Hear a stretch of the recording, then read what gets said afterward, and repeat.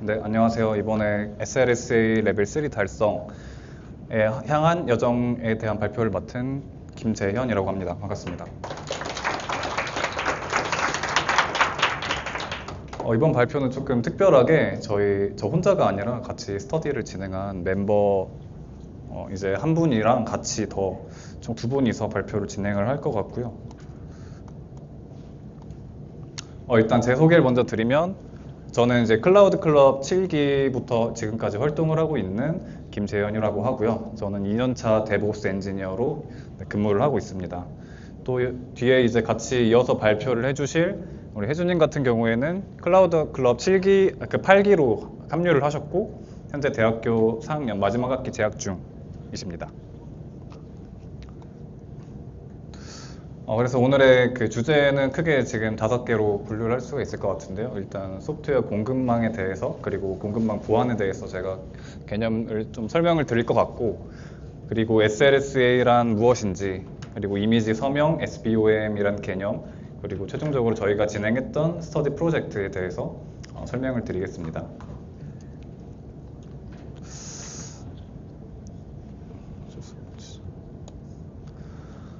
일단 소프트웨어 공급망 같은 경우에는 저희가 이제 공급망이라고 하면은 일단 전통적인 공급망의 경우에는 우리가 뭔가 제품을 생산하고 그리고 이런 생산된 제품을 유통을 통해서 소비자에게 전달하는 그런 개념을 떠올릴 수가 있는데요. 이런 공급망을 똑같이 소프트웨어에 적용시킬 수가 있습니다. 저희가 흔히 개발자가 코드를 작성하고 그리고 작성된 코드가 아티팩트 형태로 빌드가 되고 또 이런 빌드된 아티팩트를 네트워크를 통해 최종 배포될 환경에 전달을 하고 있는 이러한 하나의 흐름을 우리가 소프트웨어 공급망이라고 얘기를 합니다. 그래서 한 줄로 조금 정리를 해보면요. 소프트웨어 공급망은 소스 코드, 라이브러리부터 CI/CD 도구, 클라우드 인프라까지 소프트웨어가 개발, 빌드, 배포되는 전 과정을 구성하는 모든 요소와 프로세스를 소프트웨어 공급망이라고 얘기를 하고 있습니다.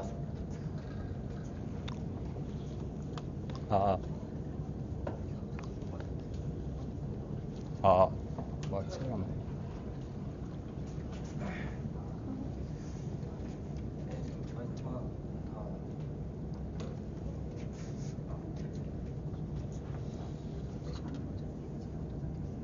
둘 다 나오긴 하는데요. 갑자기 이 스피커랑 연동 자체가 진짜 한 번도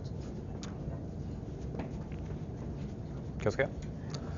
일단 지금 마이크 문제가 있어가지고 발표는 계속 진행을 하도록 하겠습니다.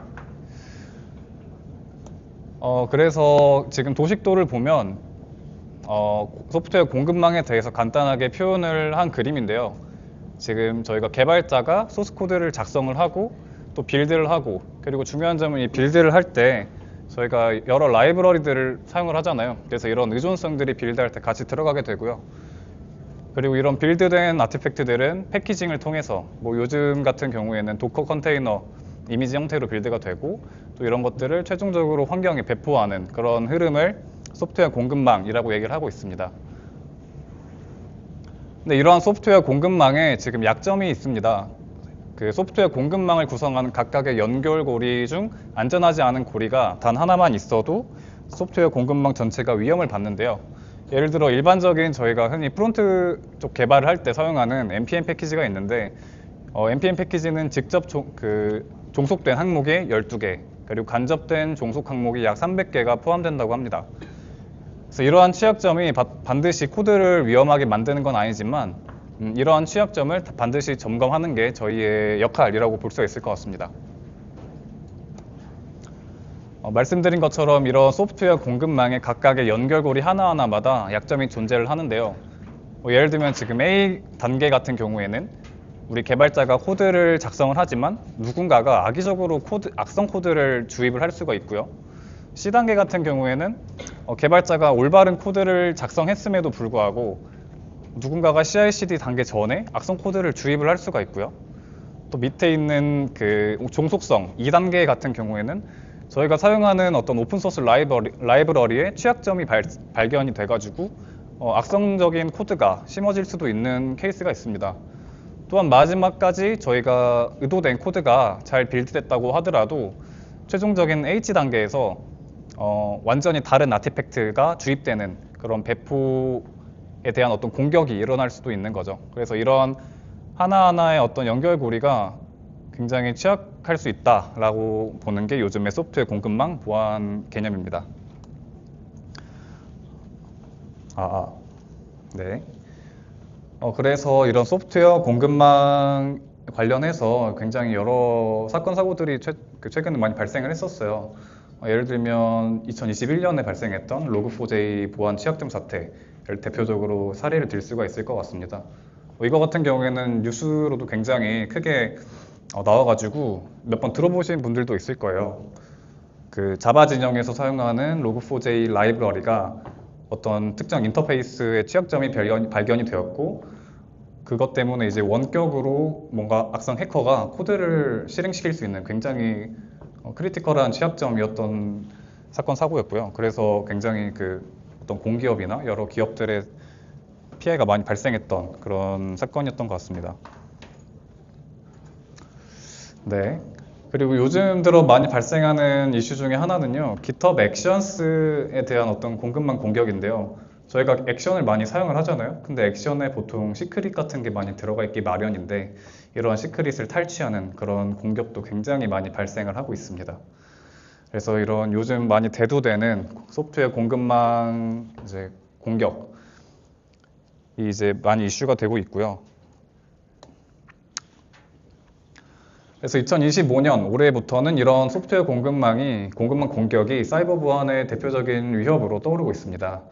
그래서 이런 공급망 공격은 한 번의 공격으로 수많은 기업과 개인에게 피해를 줄 수가 있고요. 특히 최근 기업과 개인의 오픈소스 사용이 굉장히 많이 증가를 하고 있어요. 그래서 이런 소프트웨어 공급망 공격이 더욱 자주 발생을 하고 있습니다. 그리고 제 개인적인 또 생각으로는 요즘 AI 에이전트가 많이 발전을 하면서 공격이 굉장히 다양한 방법으로 공격이 들어오고 있고, 그러면서 우리가 방어를 할 수 있는 어떤 역량들이 더 요구가 되고 있는 것 같습니다. 네, 그래서 이렇게 시사하는 점을 조금 살펴보면 서드파티 GitHub 액션 같은 경우에는 코드 서명과 검토 체계를 갖추지 않으면 이런 대규모 비밀 유출 통로가 될 수가 있고요. 그리고 장기적인 어떤 계정 피싱을 통해서 유지 관리 권한을 획득하고 백도어 삽입을 요즘 많이 삽입을 하고 있는데, 그래서 프로젝트 오너십이 굉장히 관리가 중요하다고 여겨집니다. 또 GitHub 검색과 별점 시스템 요즘 많이들 지금 활용을 하시는데, 이거를 이제 위장해가지고 악성 레포를 인기 프로젝트처럼 위장하는 사례가 늘어나고 있습니다. 그래서 이러한 소프트웨어 공급망 보안이 요즘 많이 이슈가 되고 있는데, 이런 것들을 어떻게 우리가 잘 지킬 수 있을까요? SLSA라는 프레임워크가 요즘 많이 이슈가 되고 있습니다. 이건 이제 구글이 주도해서 만든 보안 프레임워크인데요. 목적은 소프트웨어가 코드부터 빌드, 배포까지 변조되지 않았음을 보장하는 것입니다. 그래서 우리가 소스 코드 작성, 빌드, 배포까지 변조가 되지 않았음을 보장이 된다면 사실 소프트웨어 공격에 있어서 완전히 대처가 될 수 있다라고 생각이 되는 것 같아요. 그래서 방법으로는 이런 소프트웨어 아티팩트에 대해 우리가 어떤 라이브러리를 사용했고 어떤 배포 파이프라인을 사용했는지 이런 것들을 증명을 할 수가 있다면 이런 보안에 대해서 충분히 대응이 가능하다라고 생각이 됩니다. 그래서 이런 것들을 구현을 하기 위한 하나의 프레임워크이라고 보시면 될 것 같아요.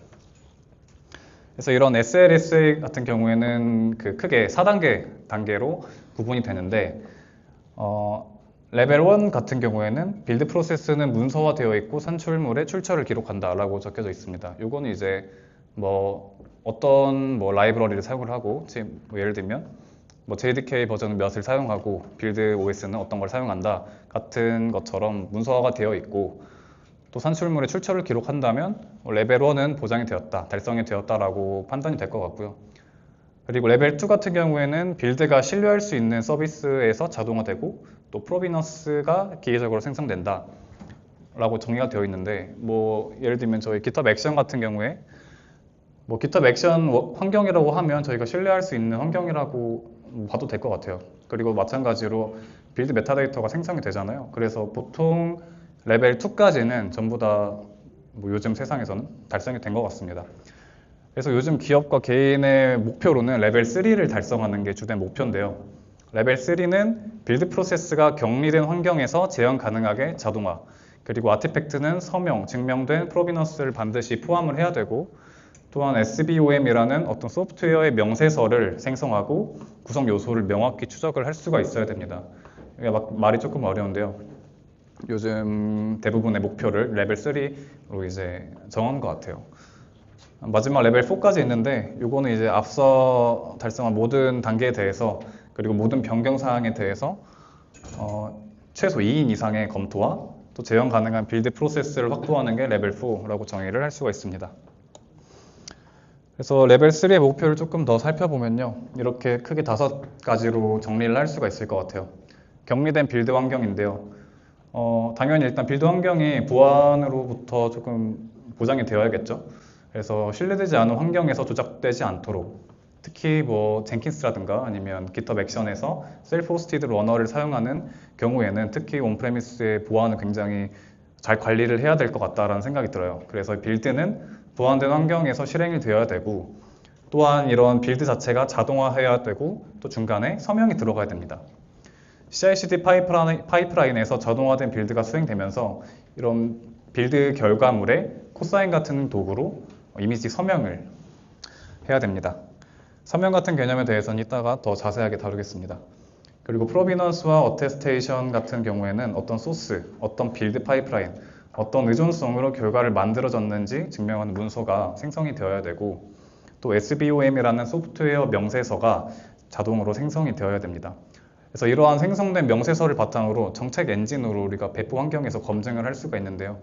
예를 들면 배포 환경에 우리는 이러한 라이브러리를 사용하면 배포를 허용하지 않겠어 라는 엔진이 있다고 하면, 이런 SBOM을 통해서 우리가 어떤 배포 같은 걸 조금 관리를 할 수가 있는 거죠. 그리고 이제 배포 게이트, 방금 말씀드린 배포 게이트는 미서명 아티팩트, SBOM이 없는 아티팩트는 배포를 거부한다 라는 정책을 우리가 적용을 할 수가 있습니다. 그래서 한 줄로 정리를 하면요, 소프트웨어가 신뢰할 수 있는 자동화된 빌드 파이프라인에서 생성되었고 또 변조 없이 증명되었음을 보장한다가 레벨 3의 목표가 되겠습니다.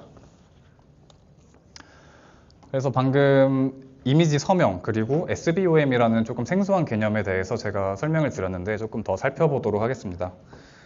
이미지 서명이란 이제 저희가 요즘 컨테이너 이미지를 많이 사용을 하는데, 이런 컨테이너 이미지 빌드 결과물에 개인 키로 디지털 서명을 추가하는 게 이미지 서명이라고 합니다. 그래서 누군가 이미지 내용을 수정하거나 뭐 빌드 레이어 같은 경우를 악의적으로 바꿔치기 할 수가 있는데, 이런 경우에는 서명 검증이 실패하게 되고요. 그래서 배포 혹은 실행하려는 이미지가 우리가 만들어낸 진짜 이미지이며 무결한지 검증을 할 수가 있습니다. 그래서 이런 그 컨테이너 이미지 서명은 우리가 시그스토어라는 오픈소스 툴을 통해서 가능합니다. 그래서 시그스토어 같은 경우에는 리눅스 재단이 주도하는 오픈소스 프로젝트로 개발자가 컨테이너, 이미지, 바이너리, SBOM 같은 소프트웨어 산출물에 서명을 추가하고, 또 무결성을 누구나 공개하고 공개 투명 로그로 검증할 수 있게 해주는 어떤 소프트웨어 공급망 보안 플랫폼이라고 이해하시면 될 것 같습니다. 요건 이제 거기 홈페이지에서 가져온 그림인데, 맨 위쪽에 저희 개발자 그리고 관리자 또 뭔가 검증을 하려는 사람이라고 이해를 하시면 될 것 같고, 각각의 유즈 케이스에 맞춰서 이 시그스토어를 사용을 하는 그림인 것 같아요. 뭐 개발자 같은 경우에는 맨 왼쪽부터 내려가면 되는데, 뭐 이미지를 서명을 하고 뭐 아티팩트를 이제 배포를 하고 하는 동작을 하고요. 그리고 배포를 했으면 이런 것들을 이제 인증하기 위해서 우리 관리자가 인증을 하고, 최종적으로 관리된 서명된 이미지를 검증하기 위해서 모니터가 작동을 하는 흐름으로 동작을 하는 것 같아요. 그래서 최종적으로 이렇게 하나의 모든 결과물이 신뢰를 만든다라고 볼 수 있을 것 같습니다.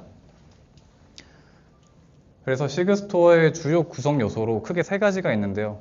먼저 코사인이 있습니다. 코사인은 이제 컨테이너 이미지와 아티팩트에 서명을 하고 검증하는 도구고요. 그리고 펄시오는 단기 인증서를 발급하는 CA 기관이라고 보시면 될 것 같아요. 그리고 레코는 조작 불가능한 투명 로그를 언제든지 확인을 할 수 있는 시스템이라고 볼 수 있습니다. 그래서 크게 저희가 이미지 서명 과정이 어떻게 일어나는지 단계적으로 조금 살펴보겠습니다. 개발자가 일단 CI/CD를 통해서 이미지를 빌드를 하게 되죠, 요즘. 그때 빌드하면서 푸시를 합니다. 그리고 푸시하는 과정에서 코사인을 통해서 이미지 서명이 진행이 되고요. 또 서명된 이미지는 이제 OIDC에 로그인 요청을 하게 됩니다. 그리고 사용자가 GitHub CI/CD를 통해서 빌드를 하는 경우에 GitHub 계정을 통해서 로그인을 하게 되고 이때 펄시오가 짧은 수명 인증서를 발급하게 됩니다. 코사인이 그리고 이러한 인증서를 통해서 이미지에 서명을 하게 되고 서명된 서명과 메타데이터가 레코라는 시스템의 로그에 기록됩니다. 다른 사용자가 이런 코사인 베리파이라는 명령을 통해서 검증을 하게 되면 서명 유효성을 체크하고 펄시오를 통해서 루트 인증서를 검증하게 됩니다. 그리고 최종적으로 로그 기록이 존재하는지 확인을 할 수가 있게 됩니다. 이렇게 이미지 서명까지 진행이 되었는데 이 이미지 서명을 통해서 우리가 진짜 만들어낸 이미지인지 배포 환경에서 검증을 할 수가 있습니다. 근데 이제 이 단계로는 조금 많이 부족한 점이 있는데요. 그래서 우리가 빌드를 보장을 하기 때문에 사실 빌드 단계에서 어떤 악성 코드가 주입되었는지는 이 이미지 서명으로는 알 수가 없거든요. 내가 만들어낸 이미지인지는 확실하게 검증은 할 수 있지만 사실 그 만들어낸 이미지가 악성 코드가 주입된 이미지인지 아닌지는 코사인을 통해서 확인을 할 수 없다는 게 하나의 이제 부족한 점입니다. 따라서 SBOM이라는 소프트웨어 명세서가 추가적으로 필요가 하게 됩니다. 요거는 이제 말 그대로 명세서인데요. 소프트웨어를 구성하는 모든 컴포넌트, 라이브러리, 모듈의 목록을 체계적으로 기록한 문서입니다. 그래서 예를 들면 소프트웨어 분야의 재료 명세서라고 표현을 할 수가 있을 것 같고요. 각 구성 요소의 이름, 버전, 공급자, 라이선스, 해시값 등을 포함해서 모든 내 소프트웨어 안에 무엇이 들어있는지 모든 것들을 전부 기록한 하나의 문서라고 보시면 될 것 같아요. 예를 들면 이렇게 생겼는데요. 잘 안 보이실 것 같은데 예를 들면 어떠한 빌드할 때 어떠한 OS를 사용을 했는지 이 소프트웨어 라이브러리는 어떤 것들이 포함이 되어 있는지 어떤 배포 CI/CD 파이프라인을 사용했는지 이런 모든 소프트웨어 아티팩트의 정보들이 담겨져 있는 명세서고요. 그래서 이러한 SBOM을 통해서 우리는 공급망 보안을 조금 달성할 수 있게 되고 또한 또 중요한 점은 라이선스 컴플라이언스를 우리가 관리를 할 수 있게 됩니다. 요즘 라이선스도 굉장히 중요한데 어떠한 라이브러리들을 일일이 사용하고 있는지 우리가 기록을 하는 문서가 있다 보니 이런 라이선스 컴플라이언스에서도 굉장히 유리하고 또 투명성과 신뢰성을 보장을 할 수가 있고요. 또 어떤 라이브러리의 취약점이 발견되는 그런 사고가 발생했을 때 굉장히 빠르게 대처를 할 수가 있습니다. 이게 없다면 저희가 일일이 이 라이브러리를 사용하는지 안 하는지 계속 찾아야 되잖아요. 근데 이렇게 관리하는 문서가 있다면 바로바로 찾을 수가 있겠죠. SBOM은 크게 두 가지 형식이 있다고 합니다. SPDX와 CycloneDX라는 이제 공식적인 포맷을 사용을 하는데 약간의 사용 목적이 다른 것 같아요. SPDX 형식은 주로 오픈소스 소프트웨어 라이선스를 관리하고 패키지에 대한 정보를 공유하는 방법으로 설계가 됐고요. 반면에 CycloneDX 같은 경우에는 좀 구성 요소에 대한 자세한 정보를 제공하는 SBOM을 생성하는 그런 목적으로 많이 사용을 하고 있습니다. 그래서 이러한 SBOM을 그럼 어떻게 만드냐라고 봤을 때 요즘 트리비라는 오픈소스 도구를 굉장히 널리 사용하고 있는 것 같아요.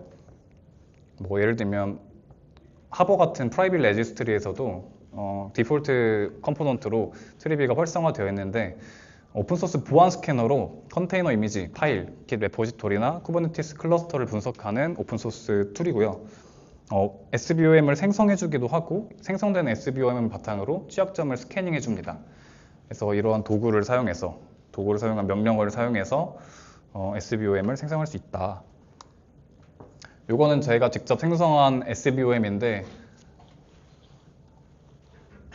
이쪽을 보시면 맨 위쪽에는 이제 어떠한 그 빌드할 때 어떠한 운영체제를 사용했는지 이런 정보가 나오고요. 두 번째 같은 경우에는 이 어플리케이션에 대한 정보, 뭐 어플리케이션의 이름은 무엇이고 이런 것들이 들어가 있고요. 뭐 고 언어로 작성이 되었다라는 정보도 보이는 것 같아요. 맨 밑쪽에는 사용한 라이브러리들이 쭈르륵 나와 있는데 이게 SVO의 문서가 굉장히 길어요. 그래서 가장 위쪽에 있는 정보들만 좀 캡처를 해서 왔습니다.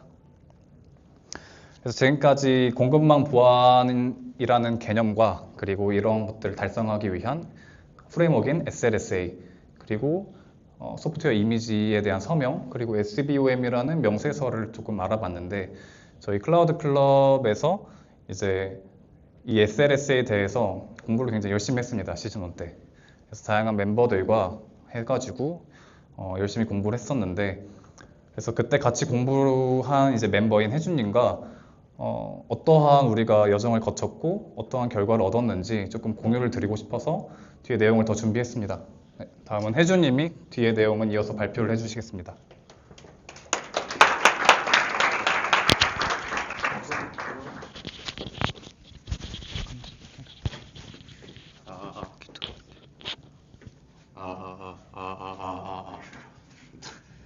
잘안 되죠. 그 마이크가 더 나은 것 같은데.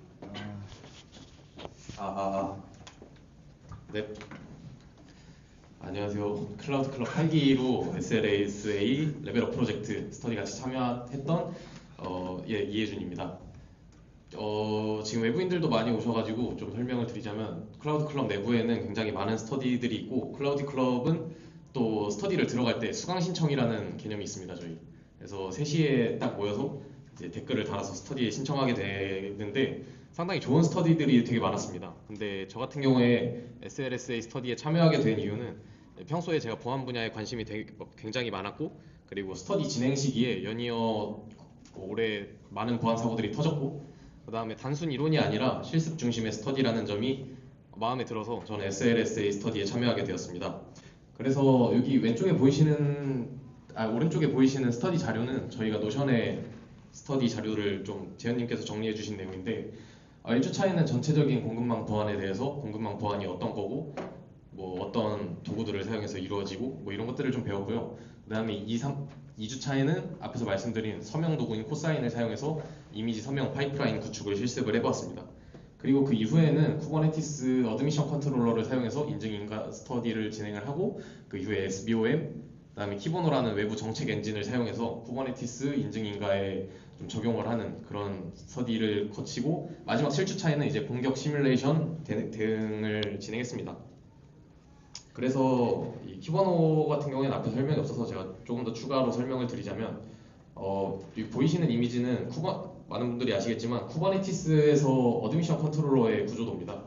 그래서 뮤테이팅이랑 밸리데이팅 과정에서 검증을 거치게 되는데 이 정책에 대해서는 쿠버네티스에서 따로 정해 놓은 게 없습니다. 그래서 키보노를 사용해서 이런 식으로 야물 파일을 작성을 해 놓으면은 이미지에 대한 검증을 쿠버네티스에 이제 연동시켜서 검증 정책을 사용할 수 있게 되는 겁니다. 그래서 키보노 자체에 대해서 전체적인 아키텍처는 이렇게 생겼다고 공식 문서에서 제공하고 있는데 만약에 조금 더 자세한 정보가 필요하시다 하면은 키보노 공식 문서에 가서 확인해 보시면 좋을 것 같습니다. 네, 그래서 가장 기억에 남았던 스터디 활동은 아무래도 마지막 주차에 진행했던 모의 해킹 시뮬레이션입니다.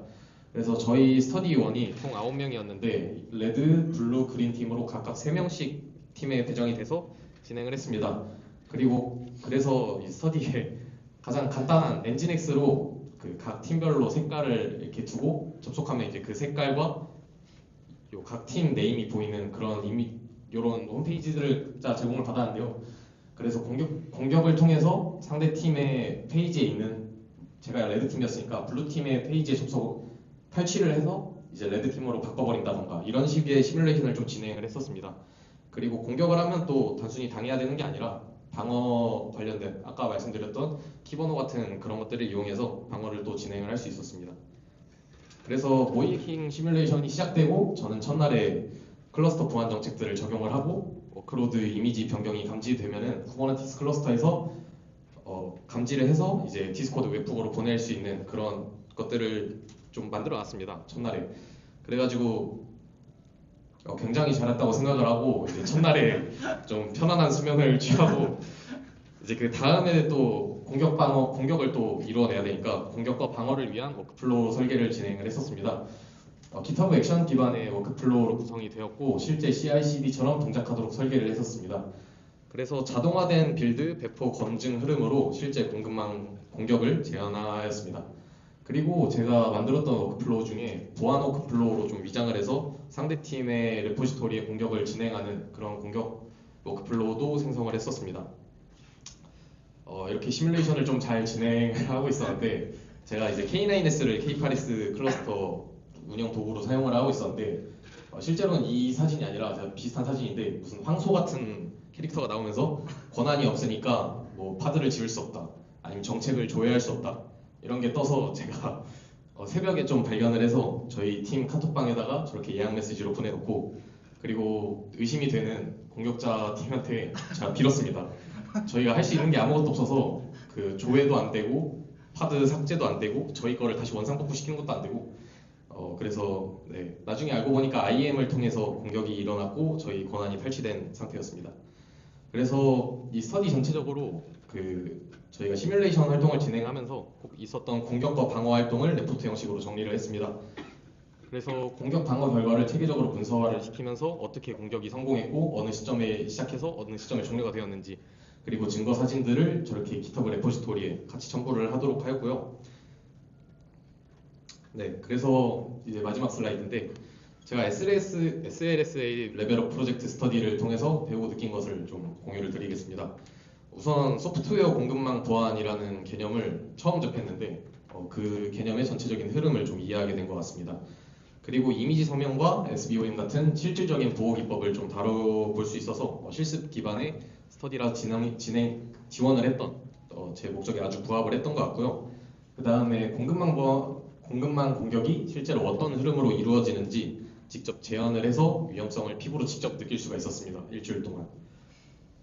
네. 그리고 마지막에는 이제 어떤 기술을 적용하듯 결국 정책 검증 자동화의 지속적 운영이 신뢰를 유지할 수 있다는 점을 좀 느꼈습니다.